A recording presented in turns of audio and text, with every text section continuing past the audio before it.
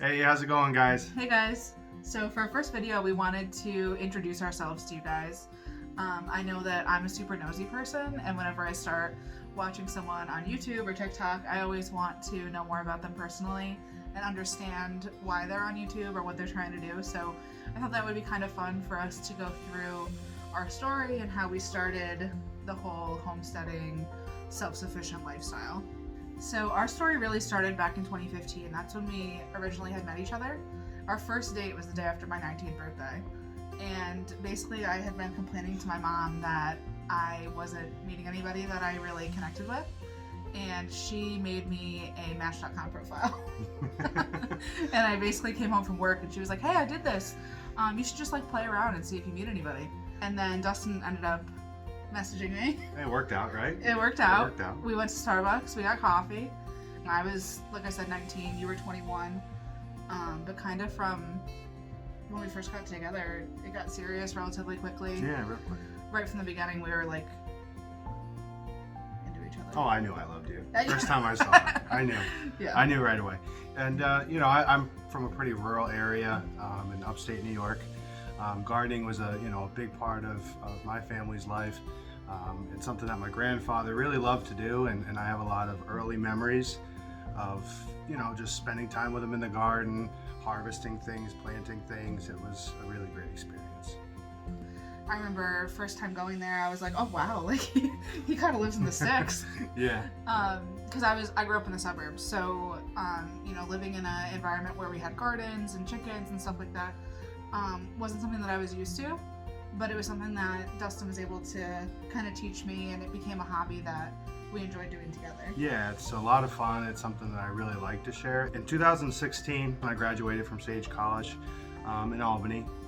Like Mara said, we knew kind of early that we were very serious, so we decided to start saving money for a house. Still had a year left of college, so it was kind of something we were like, oh yeah, let's save for a house, but we kind of didn't really understand what that meant, not like completely at the time. Yeah.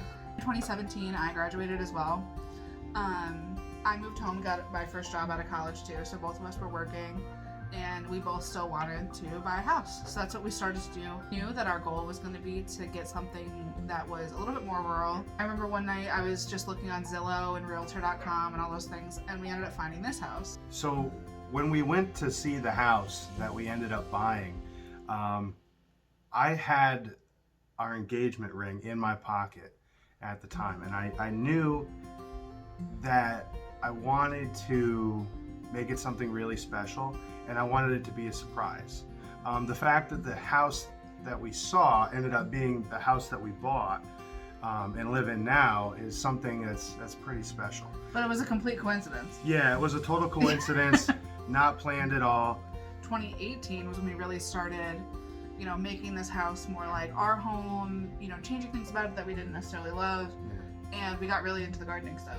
And that was also when we started our first egg layers. And we really didn't necessarily ever have intentions of doing like the type of homesteading that we are now. I don't think either one of us ever really thought a ton about doing, broilers and Cornish for meat birds, or definitely not the pigs that we ended up doing in 2020. Yeah, if you told me back in like 2017 that I'd be raising pigs now, I think you're nuts. Totally nuts. 2019, that's when we actually got married. So a lot of the year in 2018 and the first half of 2019 was spent like wedding planning, and we didn't have time to really do anything else here. Yeah, we did small projects here and there, but nothing really like what we did this past year. Yeah, 2020 was definitely the biggest year that we've had so far as this stuff goes. Fall of 2019, that's when we first did our first round of meat birds. We have a friend, actually it's one of Dustin's best friends from childhood, that also is into this kind of lifestyle, which is really cool. And he actually showed us how to do it. So he basically came over one night. We live in New York, so it gets pretty cold pretty early in the year. And I remember we ended up doing our first butchering like at night in the snow. Yeah. And we didn't have the proper equipment, so we had to hand pluck them, and we didn't like prepare anything. So I think we did maybe like 15 birds. Just to kind of practice and see if we even liked it. It was definitely kind of weird at first because it wasn't something I had ever experienced before. Obviously, when a lot of people hear that you're raising animals for food. It's kind of a touchy subject, but if you do research on the conventional meat industry, the way that those animals are treated is really horrific. Yeah. So that's kind of the other thing that really got us into it. Obviously, we love the idea of being self-sufficient and knowing where our food came from and making sure it was healthy and, you know, organic and all that kind of stuff. But obviously also the animal welfare was huge for us too. That we wanted to kind of bring it to the next level in 2020. So we knew for sure we were going to do meat birds. We kind of had a plan in our head to do enough meat birds so that we wouldn't have to buy chicken at all from the store. So the quantity of chicken that we would need for the two of us, we knew that was something that we were capable of raising. Yeah. So we wanted to give it a shot. In the spring of 2020, that's when COVID really hit. And that's when Dustin basically came home from Tractor Supply one day with 6 turkeys. Yeah. What are they called? Turkey poults? Yeah, bulls. Poults. And they looked like chickens to me. And he was like, "You're not going to believe it. They're actually turkeys." I almost didn't tell her, and I just let them grow up a little bit. And like, oh, surprise! And I'm like, they look weird. Yeah. I had no idea. So turkeys kind of got added in, and then pretty soon after COVID and everything with that, like, really got crazy in the U.S., Dustin brought up the idea of doing pigs. And at first I was like, I don't know, do we even have enough land for that? We actually only own about 1 acre. Yeah. So that was something we were concerned about. Is it going to be something realistic for us? Where do you even get a pig? Yeah. How do you contain a pig? How do you raise a pig? Like, what do you feed a pig? Like, we didn't know anything. Neither one of us had any experience with any of that. Nope. We watched a ton of YouTube videos. So that's a big reason why we're wanting to get on YouTube and start this whole process as well, is to just kind of explain things that we've learned over the course of the last few years, and also hopefully get tips from you guys, because we certainly don't know everything. We've only been doing this a couple years ourselves. We ended up definitely having enough land for them.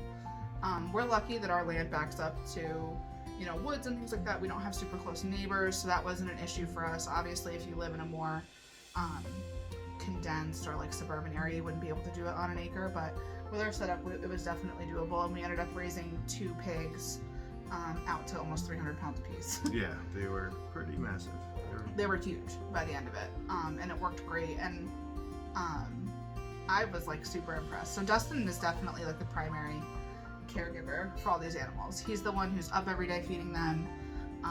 We both have full-time jobs. So this isn't either one of our full-time jobs. Dustin's actually self-employed, so he works more than full-time. We went the route of doing the kill on property here, so that the animal, you know, wasn't stressed out or anything, and then we brought it to them. But the thing that was really cool is they gave us a really good compliment, which is really to you, since you're the primary person that takes care of it. They gave us a really nice compliment. They said that it was like one of the nicest pigs that they had seen, just like in terms of the fat to meat ratio. And they weren't too lean, but they weren't too fat. It was really nice, you know, what they had mentioned about our pigs. So it was, and for that being the first time, that I don't think it could have gone any better. Yeah, no, it worked out great. So yeah, now we're kind of at the point where in 2021, we're starting to think about what our plans are going to be. Yep. We are going to do pigs again, which is exciting. That same friend that I mentioned earlier in the video, the one who helped us do chickens the first time, Yep. Also has pigs, and he actually bred one of his sows. They had 19 piglets. 19. Insane. Yeah, so we decided to get 2 of those, and we're going to raise those out again this summer for us, and then also for our family and things like that. So yeah, we're really excited. We are looking forward to starting YouTube, and we have a little TikTok channel and stuff like that, so definitely follow us there, Instagram. Definitely let us know if you guys have any questions. We're excited. We're looking forward to it. Dustin's shy, so he's going to come out of his shell a little bit. Just a little bit. Promise. He'll become more talkative as the videos go. And then, yeah, we're just looking forward to seeing what you guys have to say. So let us know what you think. And we'll see you in the next video.